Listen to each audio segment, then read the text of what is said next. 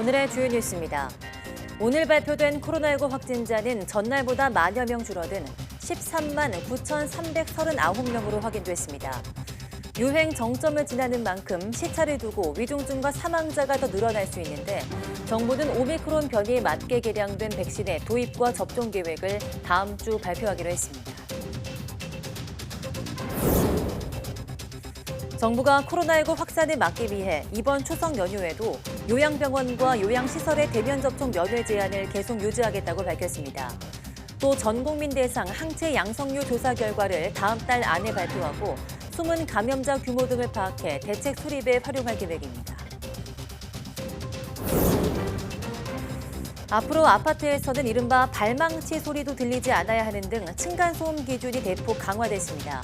기준 강화에 따라 층간소음 분쟁 시 인정되는 피해 범위가 확대되며 기존 노후 공동주택에 적용되던 예외도 2025년부터 축소하기로 했습니다. 서울 성산대교 바닥판에서 균열이 발생한 것과 관련해 안전성과 내구성에는 문제 없다는 조사 결과가 나왔습니다. 하지만 정밀 조사 과정에서 미흡한 부분이 추가 발견돼 바닥 균열과 함께 오늘 11월까지 전면 보수를 진행할 계획입니다. 이상기후로 올해 유럽의 거의 절반가량이 심각한 가뭄을 겪고 있는 것으로 확인됐습니다. 하지만 지구 반대편 미국 텍사스에서는 24시간 동안 집중호우가 내리면서 도로가 유실되고 주택과 건물이 물에 잠겼습니다.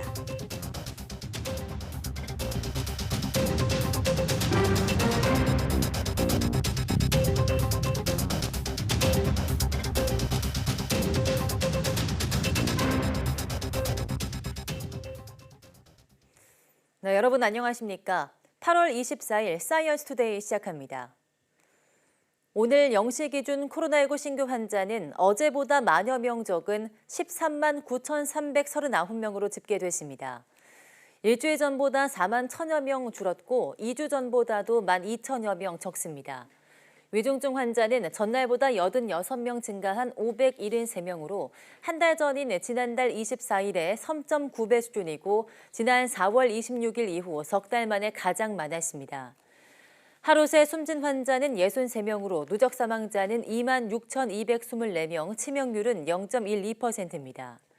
신규 환자 중 해외 유입 사례는 456명이고 국내 발생은 13만 8,883명입니다. 네, 코로나19 확진자 중 위중증과 사망자는 한두 주 더 증가할 것으로 보입니다. 정부는 오미크론 변이에 맞게 개량된 백신의 도입과 접종 계획을 다음 주 발표할 계획입니다. 김평정 기자입니다. 코로나19 위중증 환자와 사망자는 지난달부터 상승 곡선을 그렸습니다. 위중증 환자는 이달 둘째 주부터 2주 연속 400명을 넘었고 사망자는 이달 들어 가파르게 오르더니 지난주에 400명대로 올랐습니다. 확진자 규모가 지금 정점을 지나고 있는 만큼 시차를 두고 따라가는 위중증과 사망은 앞으로 2, 3주 더 증가할 전망입니다. 다음 달 초 위중증 환자는 최대 900명, 사망자는 하루 최대 140명까지 나올 것으로 예상되는데 피해 규모를 줄이기 위해 방역당국은 고위험군의 먹는 치료제 처방을 늘리는 데 집중하고 있습니다. 지난주 60세 이상 환자의 먹는 치료제 처방률은 20.8%에 머물렀는데 치료제 처방률을 높이고 처방기관과 약국도 계속 늘릴 계획입니다. 이와 함께 정부는 오미크론 변이에 맞게 개량된 백신이 곧 국내 도입될 거라고 밝혔습니다.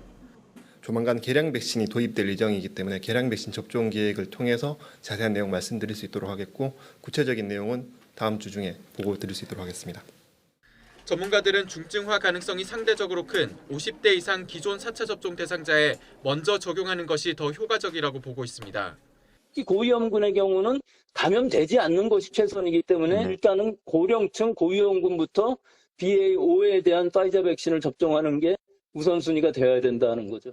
다만 현재 지배종인 BA.5에 맞게 개량된 백신은 조금 늦게 개발돼 국내에는 초기 오미크론 BA.1을 토대로 개량된 백신이 먼저 들어올 전망입니다.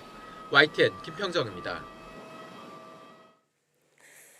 정부는 요양병원과 요양시설에 있는 고령자들의 대면 접촉 면회 제한을 추석 연휴에도 유지하기로 했습니다. 한덕수 국무총리는 오늘 오전 정부 세종청사에서 주재한 코로나19 중대본 회의 모두 발언을 통해 이 같은 방침을 밝혔습니다. 한 총리는 이번 조치는 매우 안타깝지만 어르신들의 건강을 위해 불가피한 점이 있음을 이해해달라고 말했습니다. 또 신속하고 체계적인 위기 상황 대응을 위해서 시설별로 시나리오에 기반한 현장 모의 훈련에 집중 실시하겠다고 강조했습니다. 이와 함께 10,000명 대상 항체 양성류 조사 결과를 다음 달 안에 도출하고 숨은 감염자 규모 등을 파악해 대책 수립에 활용하겠다고 밝혔습니다. 제약업체 화이자와 모더나가 코로나19 오미크론의 합의 변이인 BA4와 BA5 맞춤형 백신의 미국 내 긴급 사용 승인을 신청했습니다. 모더나는 현지 시간 23일 성명을 통해서 BA4와 BA5를 겨냥한 2가 부스터샷의 미국 내 긴급 사용 승인 신청을 위한 임상 결과 등 관련 서류 제출을 완료했다고 밝혔습니다. 모더나의 2가 부스터샷은 18세 이상 성인을 대상으로 합니다. 모더나는 미국 식품의약국 FDA가 제때 사용을 승인해준다면 당장 다음 달부터 2가 개량 백신을 출하할 수 있다고 강조했습니다. 앞서 화이자도 22일 FDA에 자사의 BA4, BA5 맞춤형 부스터샷의 긴급 사용 승인을 요청한 사실을 공개하고 모더나와 마찬가지로 다음 달부터 해당 백신을 공급할 수 있다는 입장을 밝혔습니다. 강원도 양구에 이어서 경북 영주에서도 아프리카 돼지열병에 걸린 야생 멧돼지가 발견됐습니다. 영주에서 돼지열병이 확인된 건 이번이 처음인데요. 주로 강원 지역에서 확인되던 아프리카 돼지열병이 충북을 거쳐서 남쪽으로 확산하고 있습니다. 이윤재 기자입니다. 과수원 주변 언덕 아래 녹색 철망이 둘러쳐졌습니다. 바닥에는 회색빛 생석회가 뿌려졌습니다. 지난 18일 야생 멧돼지 사체가 발견돼 임시로 묻어둔 곳입니다. 죽은 멧돼지는 아프리카 돼지열병, 즉 ASF 양성 판정을 받았습니다. 경북 영주에서 ASF가 확인된 건 이번이 처음입니다. 앞서 지난달 말 충북 단양에서 확인된 지 한 달 만에 14km 정도 떨어진 곳까지 퍼진 겁니다. 반경 10km 안에 있는 양돈 농장 3곳은 방역 활동을 강화하고 있지만 혹시 키우는 돼지가 감염되지는 않을까 긴장하고 있습니다. 양돈 농장 바깥쪽에는 야생 멧돼지가 들어가지 못하도록 높은 울타리가 설치돼 있습니다. 평소보다 소독도 오래 하고 시설도 꼼꼼히 점검하지만 불안함을 숨길 수 없습니다. 불안하기도 하고 걱정도 많이 되죠. 지금 안 그래도 올 여름에 비가 많아서 질병이나 이런 것들이 많았었는데 지금 또 ASF까지 지금 가까이 와 있다니까 많이 불안합니다. 경북 지역에서 ASF가 확인된 건 상주, 울진, 문경에 이어 4번째. 모두 야생 멧돼지가 감염된 사례로 양돈 농장으로 번지지는 않았습니다. 축산당국은 영주를 포함해 주변 5개 시군에 있는 돼지 전체에 대한 검사를 진행하는 등 관리를 강화했습니다. 또 야생 멧돼지가 바이러스를 더 퍼뜨리지 않도록 포획하는 작업도 펼치고 있습니다. 다른 곳으로 더 확산이 되지 않게 하기 위해서 자주 출몰하는 지역과 피해 지역을 중심으로 해서 상설 포획단을 운영하고 있습니다. 폐사체 발견 주변 인근에 긴급 차량망을 설치하는 등 긴급 조치를 추석을 앞두고 벌초 등을 이유로 산을 찾는 사례가 늘어 확산이 우려되는 상황. 방역당국은 ASF 발생 지역에선 산행을 자제하고 멧돼지 사체가 발견되면 접근하지 말고 신고해달라고 당부했습니다. YTN 이윤재입니다.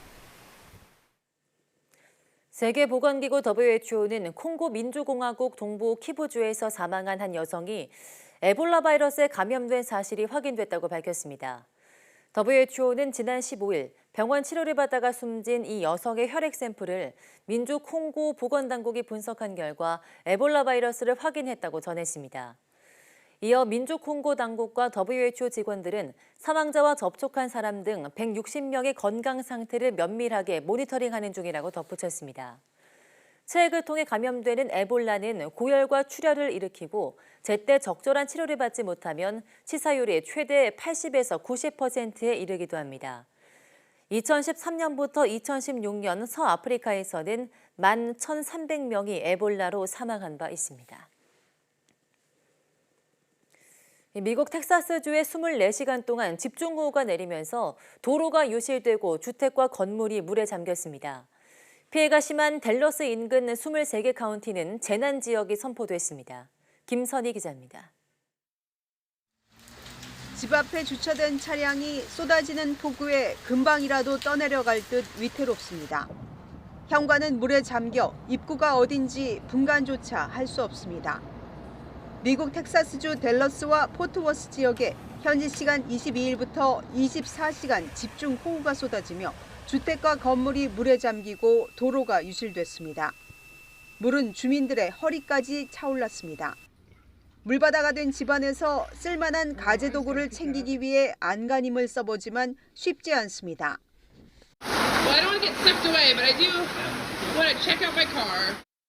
도로 곳곳에는 운전자가 버리고 간 차들이 위태롭게 방치돼 있습니다. 차량이 물에 잠기고 교통신호가 끊기고 비행기가 지연되며 혼란이 이어졌습니다. 텍사스 주지사는 댈러스 인근 23개 카운티를 재난지역으로 선포했습니다. I've heard this called a once-in-a-thousand-year weather event. And we also know, as the governor mentioned, that this was the first time in 90 years that we've had this much rain in a 24-hour period. 댈러스 지역 신문들은 짧은 시간 물폭탄이 쏟아지며 하수관이 감당하지 못해 침수가 일어났다고 보도했습니다. 기상청은 이번 주 남은 기간 미국 남부 전역에 더 많은 비가 내릴 것으로 예보해 추가 피해가 우려되고 있습니다. YTN 김선희입니다. 네, 이런 가운데 유럽의 거의 절반가량은 가뭄으로 위협받고 있다는 연구 결과가 나왔습니다. DPA-통신 등 외신은 유럽연합집행위원회 공동연구센터가 22일 내놓은 보고서에서 이번 달 10일 기준 유럽 영토의 47%가 주의보 수준의 가뭄을 겪고 있으며 17%는 적색경보 단계에 있는 것으로 분석했다고 전했습니다. 연구진은 이처럼 건조한 날씨는 비가 거의 내리지 않고 지난 5월부터 폭염이 이어진 것과 관련이 있다고 설명했습니다. 이어 강수위가 낮아지면서 수력발전과 원자력 발전소 냉각 시스템 등 에너지 부문에 직접적인 악영향이 미치고 있다고 평가했습니다. 연구진은 유럽 지중해 서부 지역에서 평소보다 더 따뜻하고 건조한 상태가 오늘 11월까지 계속될 가능성이 있다고 예상했습니다.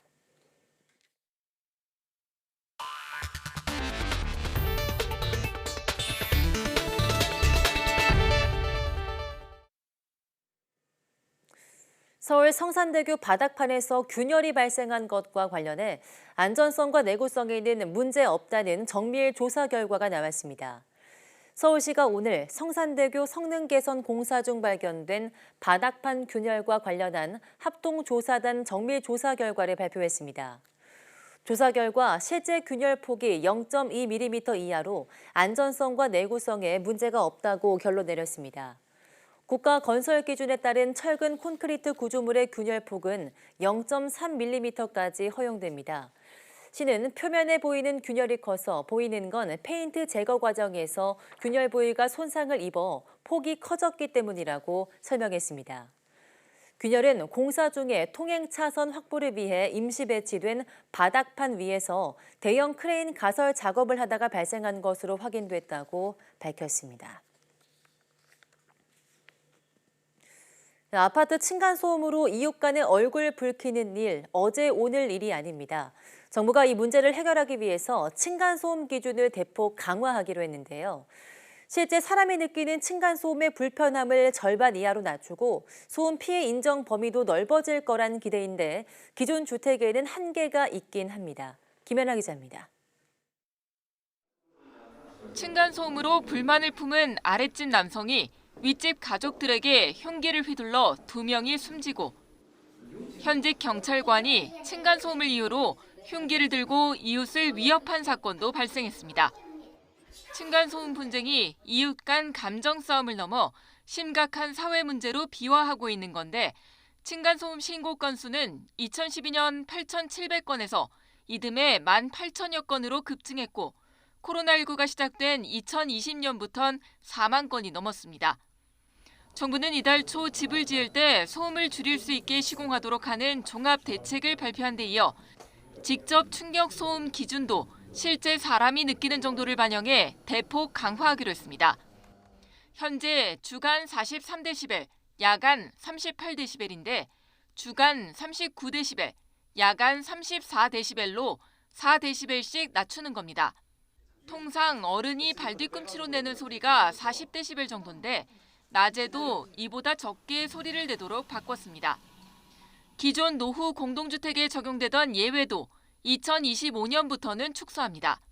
기준 강화에 따라 층간소음 분쟁 시 인정되는 피해 범위도 확대될 전망입니다. 성가심 비율이 약 13%에 해당하여 층간소음으로 인한 성가심을 지금 현재보다 절반 이하로 낮출 수 있을 것으로 기대됩니다. 환경부는 또한 야간 소음 측정과 현장 상담 당일 소음 측정 등도 확대해서 피해 구제를 최대한 도울 예정인데 이번 대책은 집을 새로 짓지 않는 한 소음 피해를 줄이기 위해선 결국 윗집의 노력이 가장 중요하다는 점에서 윗집의 변화를 끌어내려는 방편으로도 풀이됩니다. YTN 김연아입니다. 네, 그동안 금융규제 가로막혀 시행이 어려웠던 플랫폼 사업자의 보험 상품 비교 추천 서비스가 가능해집니다. 금융위원회는 제2차 금융규제 혁신회의를 열고 금융회사의 플랫폼 금융 활성화와 온라인 플랫폼 금융상품 중개업 시범 운영 관련 안건을 심의했다고 밝혔습니다. 금융위는 우선 네이버와 카카오 등 온라인 플랫폼 업체가 보험 등 다양한 금융상품을 비교 추천하는 서비스를 혁신 금융서비스 지정을 통해 시범 운영할 수 있도록 허용하기로 했습니다. 플랫폼 비교 서비스 취급 상품은 온라인 채널로 제한하지 않고 텔레마케팅이나 대면 채널 상품도 모두 포괄하도록 할 방침이고 다만 상품 구조가 복잡해서 불안전 판매 소지가 많은 보험 상품은 비교 대상에서 제외됩니다. 소셜미디어 트위터가 연방 규제 당국을 속이고 사이버 보안과 프라이버시 보호 능력을 부풀렸다는 내부 고발이 나왔습니다.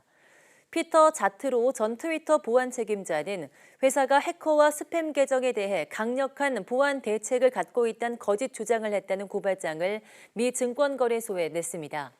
전직 해커 출신인 자트코는 트위터가 프라이버시와 보안에 심각한 결함을 갖고 있고 회사 임원들은 트위터상의 가짜 계정 규모를 파악할 능력과 의지가 없다고 비판했습니다. 이번 내부 고발은 세계 최고 부자인 일론 머스크가 트위터가 가짜 계정에 관한 자료를 공개하지 않는다며 440억 달러 규모의 트위터 인수 계약을 파기한 가운데 나온 것이어서 주목됩니다. 글로벌 인플레이션에 따른 경기 둔화와 수요 위축으로 인해서 올해 글로벌 반도체 시장 성장률이 지난해 절반 수준에 그칠 거라는 전망이 나왔습니다. 세계 반도체 시장 통계기구는 올해 글로벌 반도체 시장 성장률 전망치를 기존 16.3%에서 13.9%로 하향 조정했습니다. 이는 지난해 성장률 26.2%와 비교하면 절반 수준에 불과합니다. 특히 삼성전자와 SK하이닉스의 주력 제품인 메모리 반도체는 내년 성장률 0%대에 진입할 것으로 전망됐습니다. 한중 양국이 수교를 맺은 지 오늘로 꼬박 30년입니다. 그동안 양국 관계는 발전과 성장을 거듭했지만 이른바 사드 산불과 반도체 동맹 치포가인 문제 등 곳곳의 균열도 적지 않습니다. 베이징에서 강정규 특파원이 보도합니다. 6.25 전쟁 때 총부리를 겨눴던 한중 양국이 손을 맞잡았습니다. 1992년 탈냉전 흐름 속에 이념을 뛰어넘어 실리를 선택한 겁니다. 이로써 우리나라는 국방 외교를 일단 매듭짓고 통일 외교를 얼마나 훌륭하게 추진해 나가는가 하는 과제를 안게 됐습니다. 중국이 의장국으로 나선 6자 회담에서 북한의 핵폐기 공약을 이끌어냈고 양국은 서로의 최대 교역국으로 부상하며 전략적 협력 동반자 관계로 발전했습니다. 2014년 시진핑 국가주석은 방북보다 방한을 먼저 선택했습니다. 이듬해 박근혜 대통령은 중국 전승절에 태난먼 막루 외교로 화답했습니다. 그리고 한중 FTA 타결과 발효로 양국 관계는 정점을 찍었습니다. 저성장 국면이 지속되고 있는 세계 경제에도 반가운 소식이 될 것이라고 생각합니다.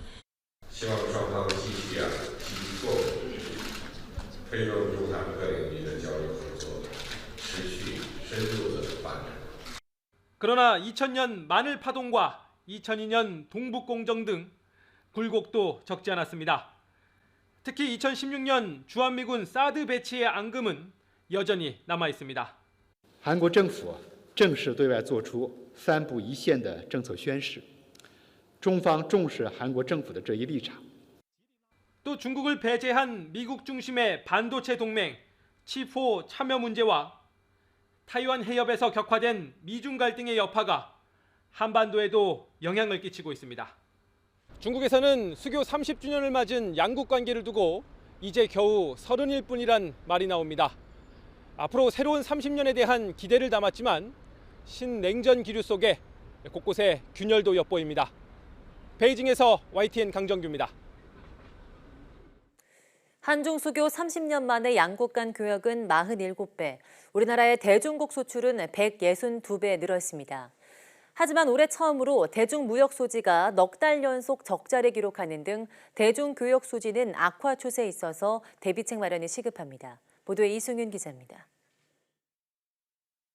목재와 가죽, 신발. 지난 2000년 중국 수출 비중이 가장 높았던 우리 기업들의 품목입니다. 지금은 정밀기기와 정밀화학, 반도체가 그 자리를 대신하고 있습니다. 지난 1992년 한중 수교 이후 양국 간 무역 규모가 유의미하게 커진 2000년과 지난해를 비교해본 결과 소비재는 줄고 반도체와 정밀기기, 디스플레이 등의 순으로 기술 집약 산업의 대중 수출 비중이 많이 늘어났습니다. 한중 교역은 1992년 64억 달러에서 지난해 3,015억 달러로 47배 성장했고 우리나라의 대중국 수출은 162배 넘게 증가한 것으로 나타났습니다. 하지만 이달 중국과의 무역에서 6억 6,700만 달러 적자를 기록하는 등 올해 대중무역 수지는 한중 수교 이후 처음으로 4개월 연속 적자입니다. 단기적으로는 중국 주요 도시의 코로나 봉쇄 때문에 수요가 줄어든 탓도 있겠고요. 좀 구조적으로는 중국 기술력이 급격하게 성장하면서 한국의 수출품들이 대체되는 그러한 문제들도 있습니다. 지금 기술 혁신이라든지 중국과의 기술 격차를 벌이는 데 총력을 기울여야 되는 상황입니다. 싼 인건비가 매력이었던 2006년까지 중국 진출 신규 법인 수가 2,392개로 정점을 찍었지만 지난해엔 262개로 쪼그라들었습니다. 대신 기업들이 중국을 보는 시각이 생산 기지에서 수요 시장으로 전환되면서 대중 직접 투자 금액은 2000년 7억 9천만 달러에서 지난해 66억 달러로 늘었습니다. 전문가들은 앞으로 중국 경제 둔화 가능성과 기술 추격, 미중 패권 경쟁 심화와 같은 삼중고를 해결하기 위한 종합 대책을 시급히 마련할 필요가 있다고 조언하고 있습니다. YTN 이승윤입니다. 사회적 거리두기가 해제된 뒤 소비 심리가 되살아나면서 기업들의 체감 경기가 넉 달 만에 소폭 개선됐습니다. 한국은행이 발표한 8월 기업 경기 실사지수 BSI 조사 결과 모든 산업의 업황 실적은 81로 7월에 80보다 1포인트 올랐습니다. 4개월 만에 증가세로 전환한 건데 모든 산업의 업황 실적은 4월과 5월에 86을 기록한 뒤 6월에는 82, 7월에는 80으로 연속 하락했습니다.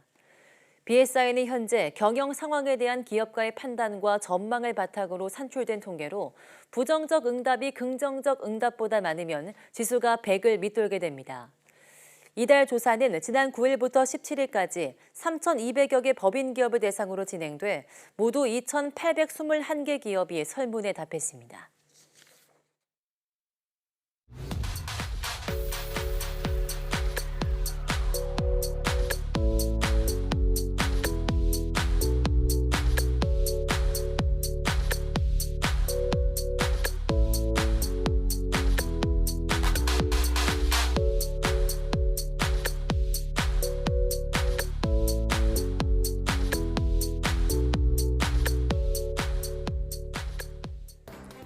네, 국내 연구진이 친환경 바이오 폴리머를 이용해서 100년에 한 번 올 큰 홍수에도 견디며 제방 붕괴 시간을 늦추는 기술을 개발했다는 소식 어제 전해드렸는데요.